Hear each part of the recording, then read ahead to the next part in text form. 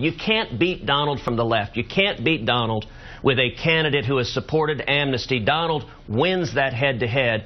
Head-to-head with me, we beat Donald Trump by 16 points. And so what we're seeing, John, it's incredible.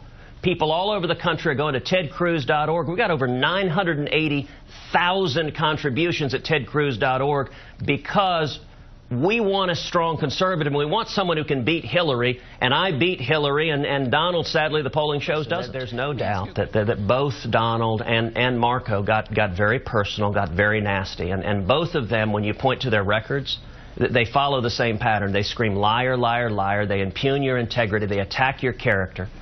And as you know, from the very beginning of this campaign, nearly a year now, I have consistently refused to respond in kind. I'm not going to impugn anyone's integrity. I'm not going to attack their character. And in fact, I will happily praise both Donald Trump and Marco Rubio as men who I admire, as people who I'm not going to go personal with them, but I do think we should be focused on substance and record. If you want a candidate who opposes amnesty, who opposes citizenship for the 12 million people here illegally, I'm the only candidate in the race who opposes that. If you want a candidate who's led the fight against Obamacare, who will lift the burdens on small businesses and bring back jobs, I'm the only candidate in the race with that proven record.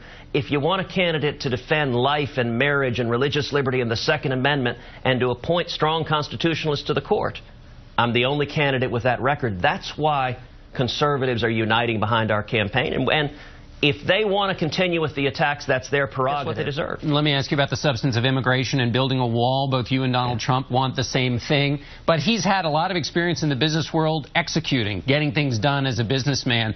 What would you say to a voter who says, okay, you may share the same goals with Donald Trump on this, but you lack that experience of having executed the way he has in the private sector? Well, listen, I have joked more than once on the campaign trail that I'm going to build a wall, and I have somebody in mind to build it. There's no doubt that if you wanted a building contractor, Donald would be certainly a strong contender for that.